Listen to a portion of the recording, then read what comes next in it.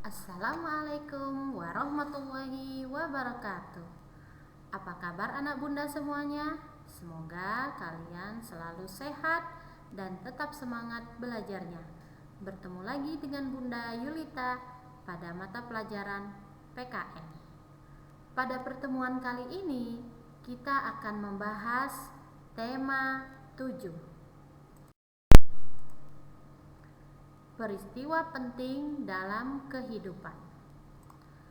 KD 3.3 menelaah keberagaman sosial budaya masyarakat. Sebelum kita mulai, kita lapaskan basmalah dulu ya. Bismillahirrahmanirrahim. Kita tahu bangsa Indonesia itu sangat luas dan sangat kaya. Masyarakat Indonesia terkenal dengan kemajemukannya atau keanekaragamannya. Kemajemukan itu terdiri dari berbagai macam suku, agama, ras, dan budaya.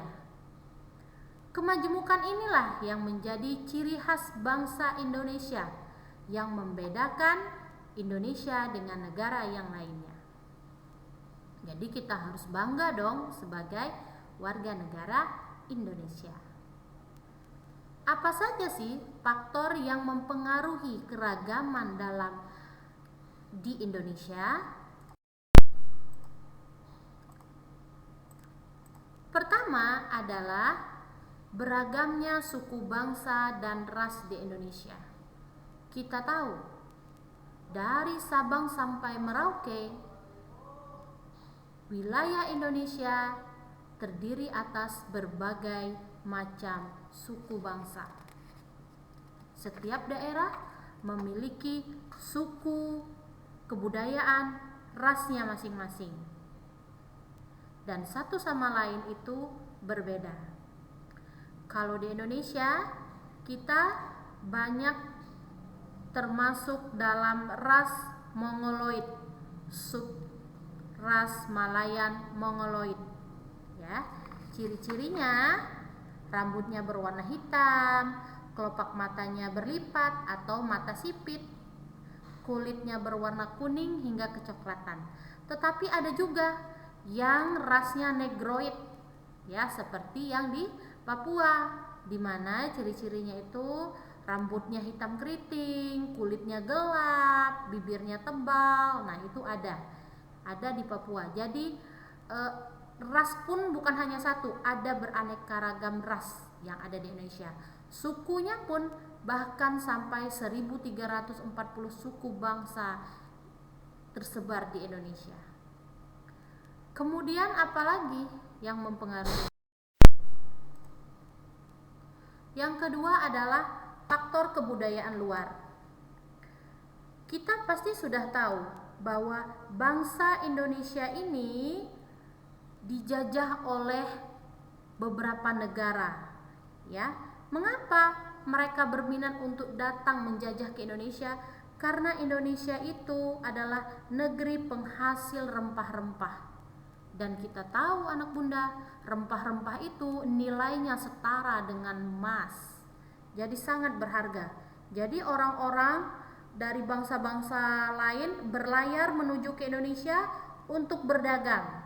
Misalnya dari Portugis, Spanyol, Belanda, Inggris.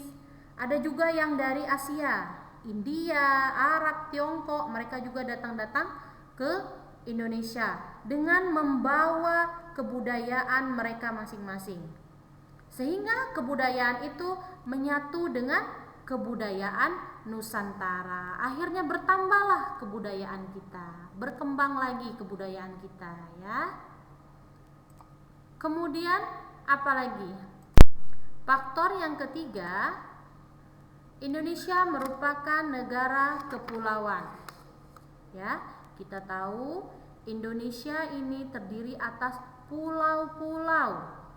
Dan di setiap pulau-pulaunya itu mereka memiliki cara hidup masing-masing, tergantung dengan kondisi alam tempat mereka tinggal. sehingga mereka bisa menciptakan budaya khas yang berbeda antara satu dengan yang lainnya. Kita ambil contoh ya, misalnya masyarakat yang tinggal di pesisir pantai memiliki kebiasaan yang berbeda dengan masyarakat yang tinggal di pegunungan. Peristiwa-peristiwa penting apa yang menunjukkan adanya semangat persatuan dan kesatuan dalam keragaman? Pertama yaitu berdirinya sebuah organisasi Bung Tomo. Di sini perkumpulan di antara berbagai mahasiswa dari berbagai daerah dengan membawa kebudayaan, ras dan kulturnya masing-masing. Mereka bersatu mendirikan sebuah organisasi untuk tujuannya agar membangkitkan semangat pergerakan nasional bagi para pemuda, sehingga kita bisa terbebas dari para penjajah. Ini berdiri pada masa penjajahan Belanda. Kemudian apalagi? Berdirinya partai pertama yaitu Indies Party, ya, yang merupakan partai Hindia. Ini juga didirikan oleh para pemuda-pemuda yang ingin merdeka, ya. Tujuannya sama, mereka berkeinginan yang sama, ingin segera terbebas dari para penjajah. Di mana pendirinya itu salah satunya adalah Dewis Dekker, ada juga Ki Hajar Dewantara. Nah, seperti itu ya. Mereka bersatu untuk melanjutkan pergerakan nasional. Kemudian ada lagi yaitu peristiwa Sumpah Pemuda 28 Oktober 1928. Di sini juga berkumpul para pemuda-pemudi dari berbagai daerah, dari Aceh sampai Pulau Jawa, Pulau Sumatera, Pulau Ambon, Pulau Kalimantan, semuanya berkumpul di sini dengan membawa kebiasaan, kebudayaan, agama yang berbeda-beda. Mereka berkumpul bersatu untuk mewujudkan Indonesia yang merdeka. Mereka tidak membedakan antara satu dengan yang lain, tetapi mereka sudah berkomitmen memiliki semangat persatuan, satu bangsa, satu bahasa, satu tanah air, yaitu Indonesia. Ya, keberagaman ini sangat terlihat di peristiwa-peristiwa penting ini. Nah, coba kalian lihat di sini. Gambar apa ini? Ya, benar. Ini adalah gambar Garuda Pancasila. Coba kalian lihat apa tulisan yang di kaki ini.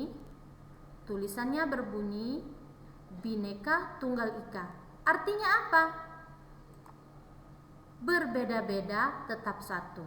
Ya, biarpun kita beraneka ragam, bermacam-macam suku bangsa, bermacam-macam ras, bermacam-macam agama, bermacam-macam kebiasaan, tetapi kita tetap satu, yaitu Indonesia. Karena inilah semboyan negara kita.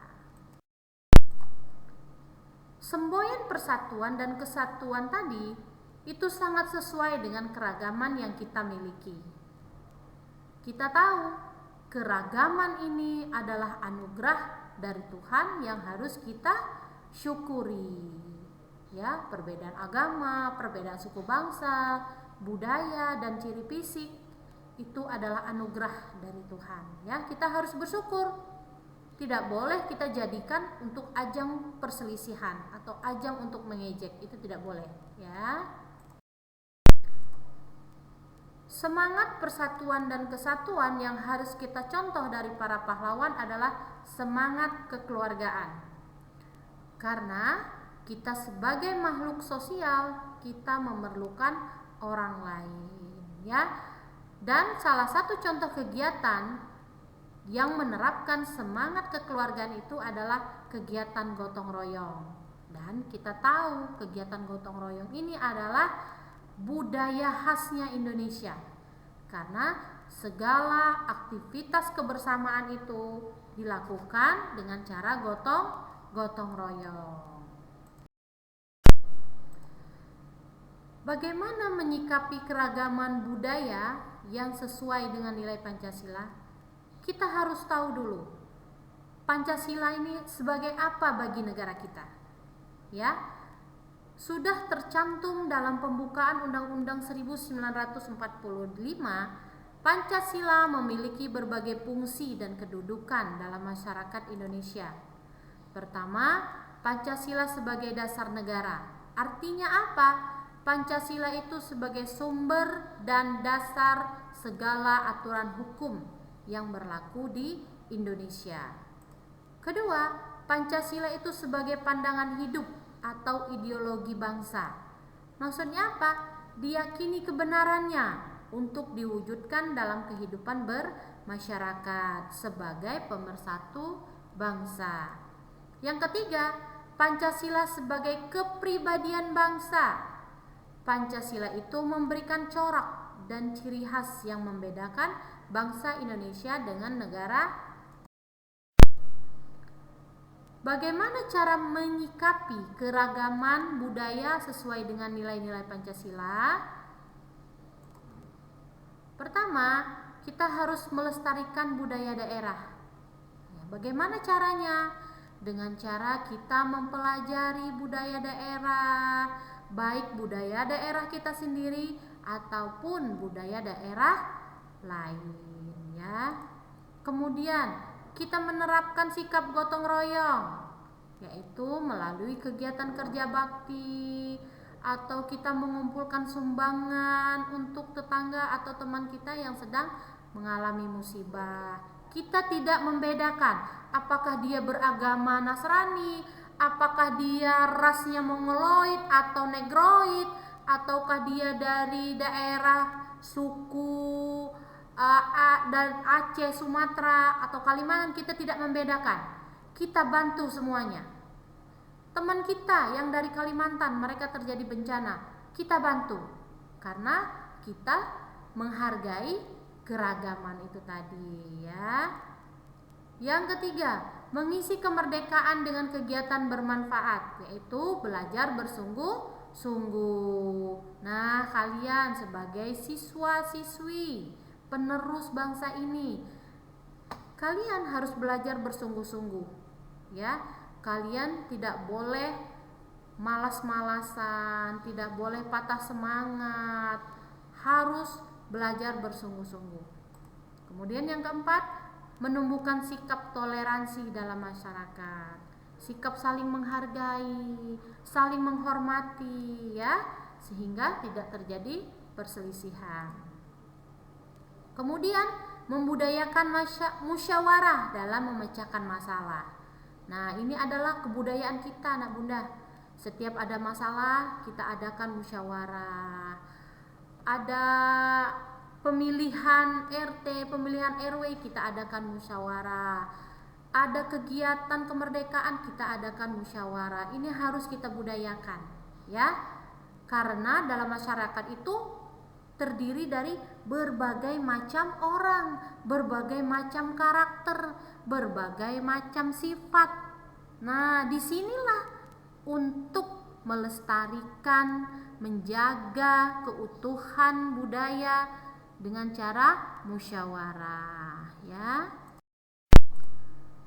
Kemudian kalian sebagai siswa, sikap apa yang harus kalian kembangkan untuk menjaga kerukunan dalam keberagaman di sekolah?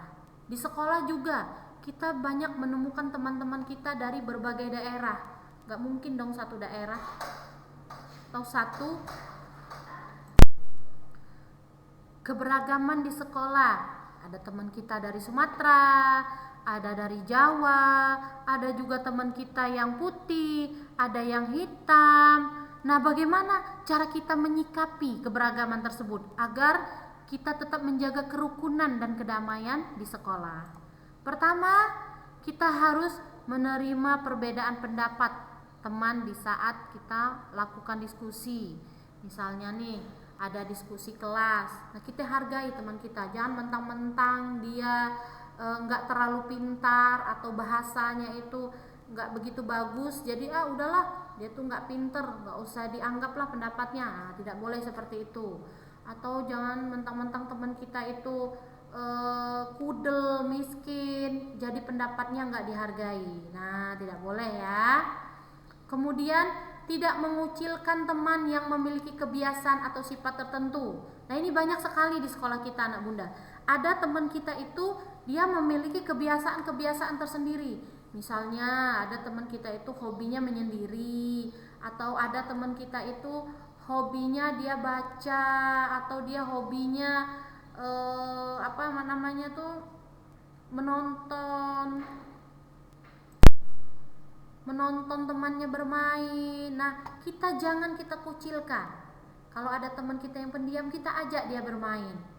Kalau ada teman kita yang suka menyendiri, dia hanya melihat aja teman kita bermain, kita ajak dia bermain, ya. Jangan pernah kita kucilkan, ya. Kemudian menjenguk teman yang sedang sakit. Misalnya ada teman di kelasnya itu ada yang sakit, kita jenguk, kita doakan dia, ya. Dia akan senang sekali kalau dijenguk oleh temannya, ya kan? Bisa-bisa langsung sembuh nanti. Kemudian melerai atau saling mengingatkan saat ada teman yang sedang berantem, ya.